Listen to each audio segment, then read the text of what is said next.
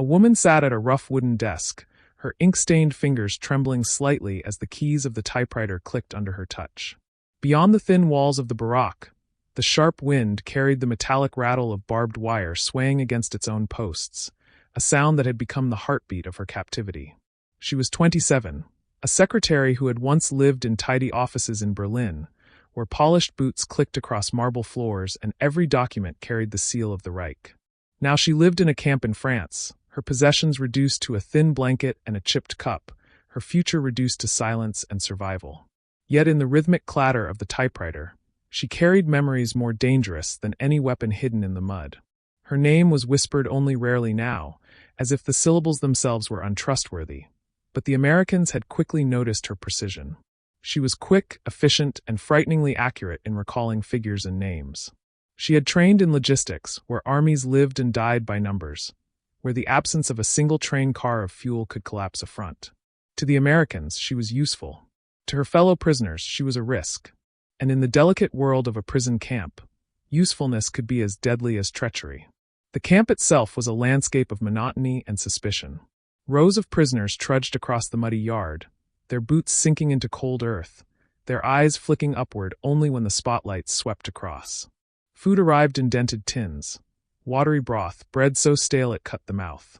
The barracks smelled of mildew and sweat, the air so thick that whispers traveled easily. In such a place, every word was measured, because every word could become a knife. Into this gray world stepped a man in a crisp uniform, his presence marked not only by the eagle on his cap, but by the weight of authority in his posture. He was 34, a colonel, an American officer who carried the burden of intelligence reports like other men carried rifles. His task was not glamorous, but it was decisive, tracking the retreat of German divisions, predicting where they might regroup, and cutting off their last gasps of strength before they could cost more lives. He was accustomed to reading coded messages, broken intercepts, and reports written in cautious ink. What he had not expected was that a prisoner with sharp eyes and ink-stained hands might become his most unpredictable source. At first their interactions were sterile, almost mechanical. He dictated numbers, she typed. He handed her reports to copy, she returned them without error. Yet in the pauses between sentences, in the subtle delay of a glance, there grew something unsanctioned. She was not naive, she knew the weight of what she carried. Each figure she remembered from her past life in logistics. The location of an ammunition dump, the schedule of a supply train, the whispered rumor of a panzer division retreating through forests, was a fragment of a secret that could alter a battlefield. And fragments, when pieced together, could be more valuable than a captured general. The colonel noticed her talent long before he admitted it. There was a precision in her typing that revealed a deeper knowledge, a way she hesitated when certain names were mentioned, as if testing whether to reveal more. He watched her closely, not with suspicion, but with the strange curiosity of a man who senses that history might be whispering through someone's lips. The first time she slipped him a correction, an innocuous amendment to a document that turned out to be a subtle warning about misplaced supply lines. He read it 3 times.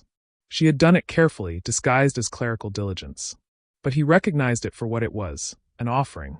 From that moment, their exchanges became something more than duty. They were not lovers, not yet, but each word carried the tremor of something forbidden. She risked everything with each detail she shared.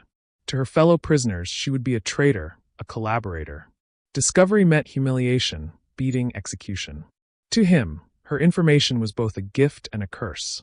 It could save American lives, but if anyone suspected the intimacy of their collaboration, he would face disgrace, court-martial, perhaps the ruin of his career.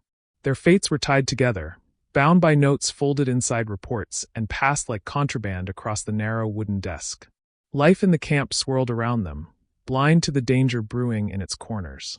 Prisoners cursed the cold, guards barked orders, and the war's final chapters seemed inevitable. Yet in the quiet office where she worked, the real battles were fought in silence.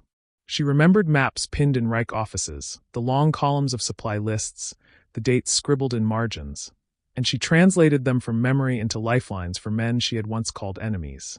The colonel read them with a mixture of awe and fear, his face betraying none of it to the other officers who passed through. It would have been easy to dismiss her as one more prisoner filling papers in the shadows of war. But in those shadows, she became something else entirely, a woman who carried in her memory the power to tilt the scales of battle, A woman whose quiet defiance was written not in speeches or banners, but in the slip of a note hidden among routine files. Her ink-stained fingers betrayed nothing, but the truth was clear. Every line she typed was a gamble with death. And still, she continued. Because in the glances that passed between her and the colonel, in the quiet acknowledgement of trust that neither dared speak aloud, there was more than fear. There was a spark of recognition, that even in the collapse of nations, in the ruin of ideologies, two strangers on opposite sides of the wire could find in each other something worth risking everything for. But danger, like the barbed wire that circled the camp, was never far. Others were watching. Whispers were already traveling in the barracks, whispers about why the colonel lingered in the office, why the secretary's eyes carried both exhaustion and something sharper. Whispers, in places like this, had the weight of gunfire. And sooner or later, those whispers would demand a price. Two shadows leaned toward each other in the narrow confines of the camp office, their faces illuminated by the dim yellow bulb that buzzed faintly overhead. To anyone passing by, the scene looked ordinary. An officer reviewing notes, a prisoner's secretary typing them out. Yet beneath the ordinary lay a secret war more dangerous than any clash of tanks or roar of artillery.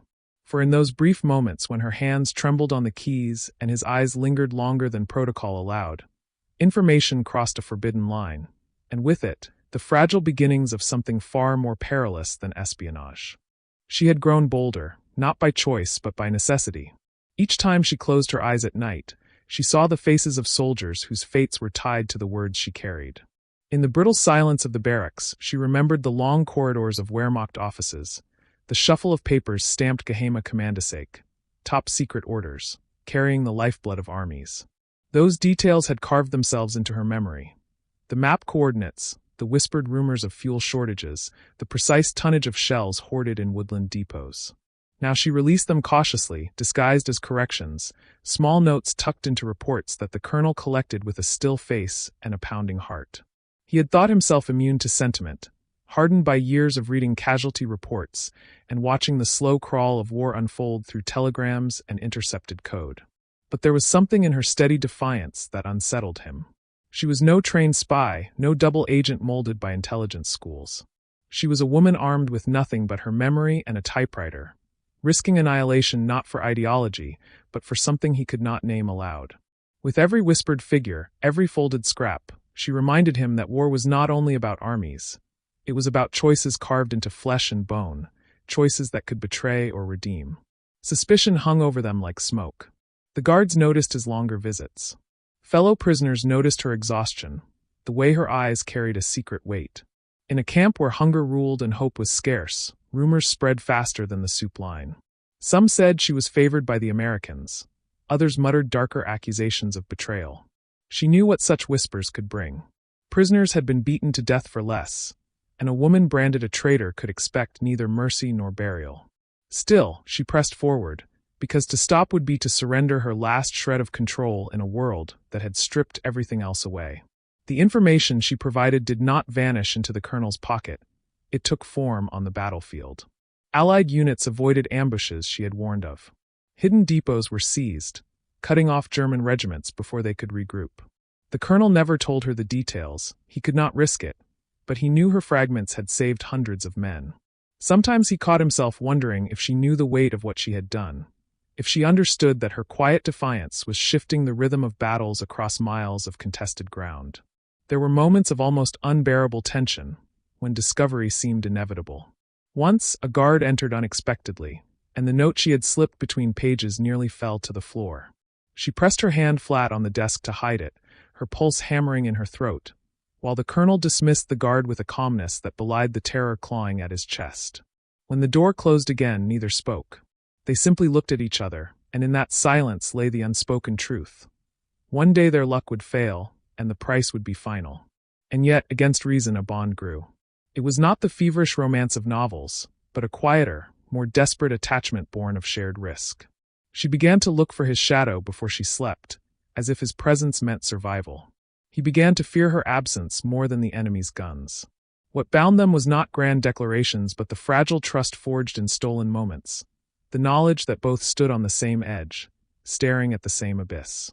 The danger was not theoretical. She knew, with brutal clarity, what discovery meant. For her, the firing squad. For him, disgrace, court-martial, the ruin of everything he had built. And yet she kept writing, he kept receiving. Theirs was a conspiracy of survival and affection, woven into the very fabric of war's chaos. Every sheet of paper became a battlefield. Every exchange was a gamble against time. One evening, as the camp settled into uneasy silence, she sat at her desk and watched the colonel fold a report into his case. For a moment, their eyes met, and something unspoken passed between them. A recognition that history would never record their names, but it might be shaped by their choices. The bulb flickered, the barbed wire outside hummed in the night wind, and the world seemed to balance on a thread of silence. What came next would decide everything. The whispers had grown louder. The shadows had begun to lean closer. And in a place where a single accusation could summon death at dawn, their fragile bond was no longer just a secret. It was a fuse, burning slowly toward the edge of a firing squad. Which city are you watching our video from? For more powerful stories from World War II, don't forget to subscribe to our channel. Thank you.